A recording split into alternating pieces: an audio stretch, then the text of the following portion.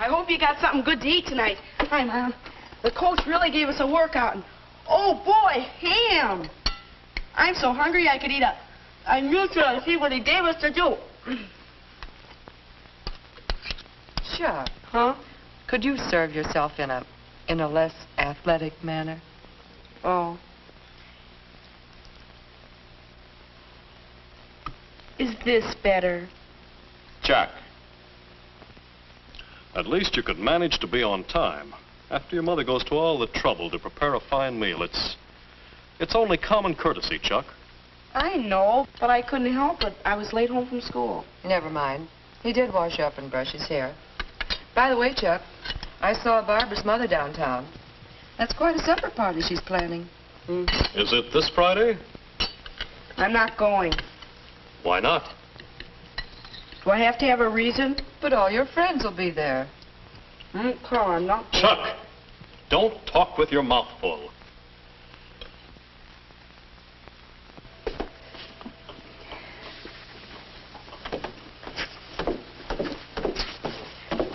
Good night, Chuck. Good night. Have a good time. Thank you, Chuck. Night, Good night.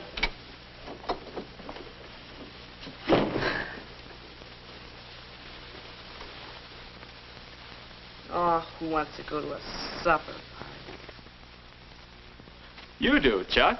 Huh? Who are you? We're looking into the future, Chuck. I am the young man you are going to be in a few short years.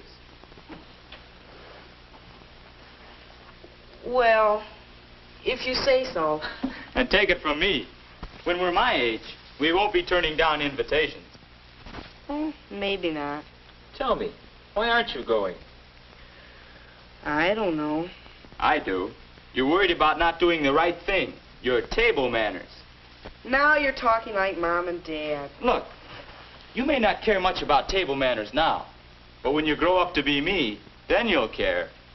But why? Why does it matter? For several reasons. Look, maybe I can show you. Let's imagine the family at dinner with nobody minding his manners. Not very pretty, is it? Each person busy feeding his face, showing no consideration for the others. People become irritated, angry. No one can enjoy a meal like this. No. Mealtime is a time for pleasure and relaxation. It's the best opportunity the family has to talk together, exchange bits of news, make plans. When everybody eats properly, the meal goes better, and everybody has more fun. What's more, when we relax and enjoy ourselves, we digest our food better. And ask your doctor if that isn't important to your health. But there's more. What's that? How long now before you'll be going out to make your own way in the world? Not very long, I guess. And whatever you do, wherever you go, you'll want to put your best foot forward. Here, let's try another trick. Let's change that to a table in a restaurant. You're taking a girl out to dinner. To make a good impression, you must know what to do. Who seats the girl? When you sit? How to order your meal? Of course, the girl wants to know these things too, in order to show herself at her best. Then you must know how to eat your meal. And the only way to have good table manners when you want them is to practice them regularly at home. Get in a habit of eating properly, so it just comes naturally. Or take another case. Say you're having lunch with your boss. Say he's thinking about somebody to fill a good position that's opening up. Well, put yourself in the boss's place. Would you give the job to a fellow like this? Or to a fellow who thinks that table manners are silly?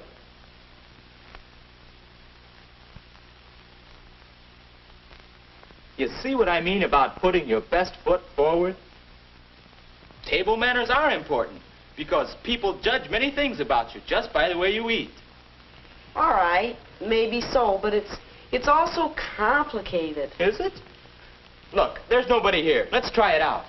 What do you mean? Come on. Besides, that supper party sounds good. If we know what to do, I think we'll want to go. Well... Look sharp now. There. There is a place setting properly arranged. It looks all right, but what am I supposed to do? That's the question. Well, What would you do if you sat down to dinner and found 3 forks, like this? I'd probably end up with one left over and wonder what I did wrong. Not if you remember one simple rule.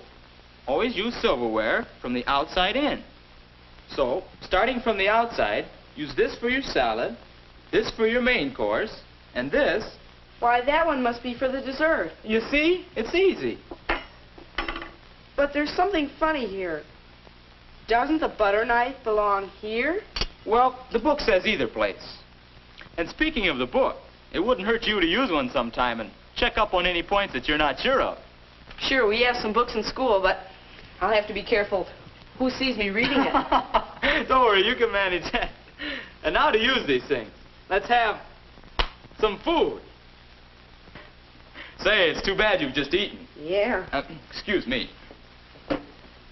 Things will be easier if you'll remember that in eating, there are 3 kinds of food. Finger foods, fork foods, and spoon foods. Now, clean, dry foods, bread is one of them, are finger foods. But when you have something that's messy or sticky, you better use a fork. Yeah, like a cream puff? That's the idea. Now, fork foods include meats, potatoes, vegetables, salads, and many others. There's a right way to hold a fork, and this is it. Don't put onto your fork any more than 1 mouthful of food. Oh yes, after you've placed food on your fork, if you decide to talk, lay it down until you're ready to eat. It looks better. And this is the way to park a fork, after you've used it. Not propped up on the edge of the plate, huh? That's the idea. Here, now you try it. Okay. Now with some fork foods, we need a knife. Let's see how you use it. The folks say I do it wrong. Hey, that's not only the wrong way, it's the hard way. Here, try this. Put the ends of both the handles in the palms of your hands, like that. Hold the meat with your fork and cut the meat. Don't tear it apart. Say, this is better. You see? Good table manners are just common sense. Is that right? Yes, that's the way most people in America handle their knife and fork. We don't have to worry with the European method. But now, after you've finished eating, I have. you place your knife and fork this way to show that you have finished. But what about spoon foods? Oh, yes. All right. How do you manage soup? Hi, you don't fool me on this one. You never tip the bowl, and you dip the soup away from you. Not too much in the spoon, and you eat from the side of the spoon. Precisely. And now, would you care for some turnips? Oh, turnips. You know I can't bear... no thank you. That's the idea, Chuck. Courtesy, consideration for others, common sense. That's what table manners are. You mean that's all there is to table manners, just what we've talked about? Oh, no. But you already know a great deal. And you can learn still more by watching Mother and Dad and other people who have good manners. But the main thing is... The main thing is to practice at home so that table manners will come naturally and I won't have to think about them when I'm out. You can't miss. Oh, let's do the dishes. Mother should see that. Well, Chuck, are we going to that party? Sure we are.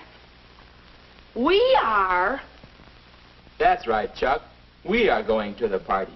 You can't see me any longer, but remember, I'm the fellow you're going to be. So I'm interested in seeing that you always make a good impression.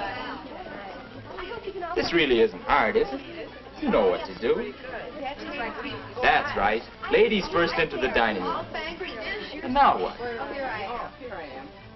Right again. Find your place and remain standing. Were you in science when the white mice got loose? Oh, I remember that. You see, Chuck, it's easy to do the right thing if you remember courtesy, consideration of others, and common sense. You didn't have to get up on the table. Goodness, they were about this small, like Oh, it was good. And also remember, you're here not to see how much or how fast you can eat, but to have a good time. Yeah. Well, our boy is doing all right. Don't you think so? Don't you think you can do the same?